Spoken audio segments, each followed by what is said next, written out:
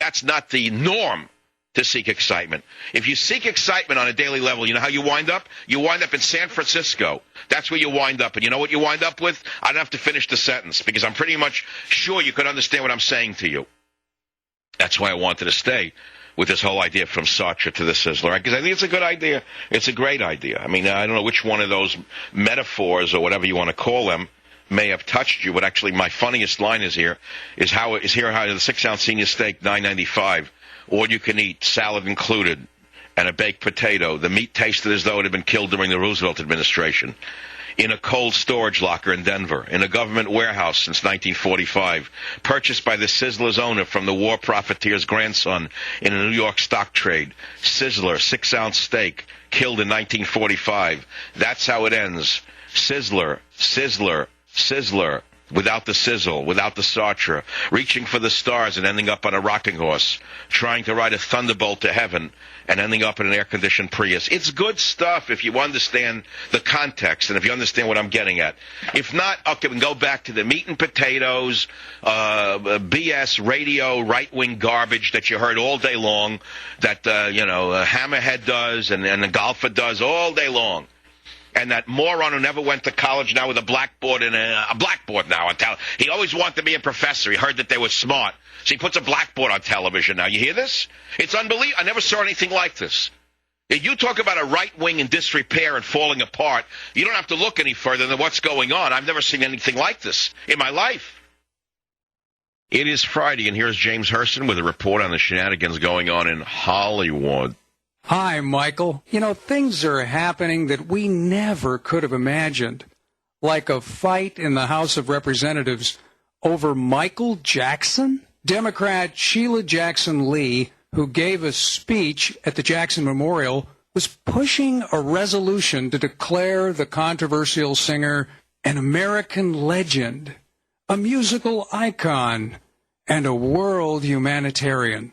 But Republican Peter King said he'd do whatever he had to stop the resolution. Enter Speaker of the House Nancy Pelosi to kill the resolution, infuriate Sheila Jackson Lee, and help Peter King in the process. Pelosi pulled the plug on the Jackson resolution. Why? Well, she said the reason was that the resolution wasn't necessary. But the real reason were Democrats. Democrats who were worried that a divisive Michael Jackson debate would hurt House efforts to pass socialized medicine and this stimulus sequel. Hey, I'd rather see them debate a Jackson resolution anytime. Do it for the rest of the year. But now a Pew study has shown that what we all suspected, that the coverage of Jackson's death overshadowed all other news for weeks. The first 2 days, cable news devoted a staggering 93% of its coverage to Jackson. Oh, my God. Nightly broadcast news shows on CBS, ABC, NBC featured at least one story every night, with more than half of them leading with a story about Jackson. And it all culminated with the round-the-clock coverage of the memorial from Los Angeles Staples Center.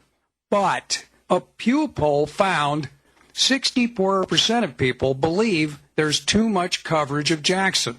Although the singing and eulogizing is over, the use of taxpayer money for the cost of the Jackson Memorial Service is creating a battle in Los Angeles. In a very unusual move, the city attorney, Carmen Trutanich, appeared during the public comment period of the city council hearing and announced that the city attorney's office was launching an investigation to determine how L.A. taxpayers got stuck with the bill from a memorial at a time when the city and state are broke. Exactly. 2 council members suggested that the Jackson family help defer costs.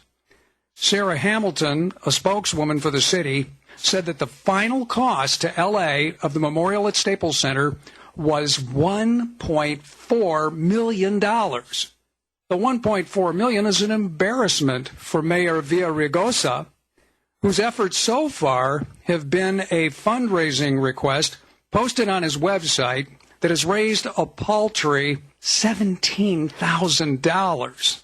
By the way, the Jackson family so far has not offered to repay the city anything. Meanwhile, longtime dermatologist and friend of Michael Jackson, Dr. Arnold Klein, said that while Jackson was on tour in Germany, he was using Diprovan, a drug only used in operating rooms, and Jackson was using the drug for insomnia. Klein told the singer that he was insane, absolutely insane, Klein said.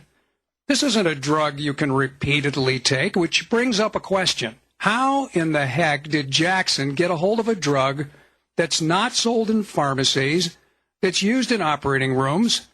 Klein's answer, quote, "The rich and famous can buy anything they want to buy," close quote. So that's that.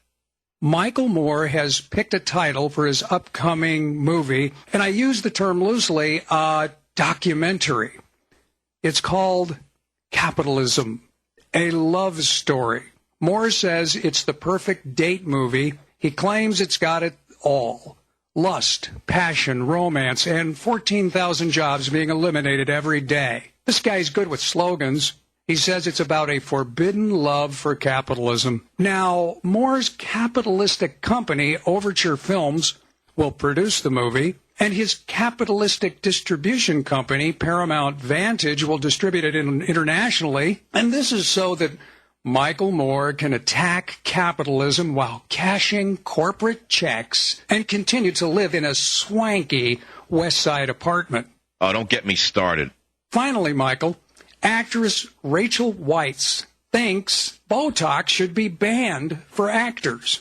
The actress, best known for her roles in the Mummy movies and for her Oscar-winning role in The Constant Gardener, she says Botox injections leave actors less able to convey emotion, and she claims it harms the acting industry in the same way that steroids harm athletes. She says acting is all about expression. Why would you want to iron out a frown? By the way, Nancy Pelosi was unavailable for comment. Michael, I wouldn't be surprised if they stick a Botox provision in the health care bill. Thank you, my friend, for your valuable, unironed observations. Hey, thanks for the report, James.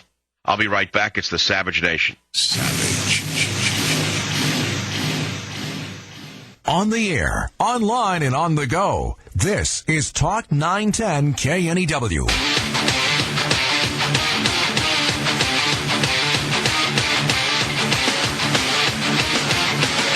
You say the Republican Party is finished. They were finished a long time ago. After Barry Goldwater, they were already on the wrong road. Then they had Ronald Reagan, who, by the way, was not so conservative. He was a fairly good president. I had problems with Ronald Reagan. He destroyed the family farm. I know that you don't understand that, but I did. I wrote many, many articles back in the 80s when he was ripping the family farm to shreds and creating these agribusiness complexes. So, no president is perfect.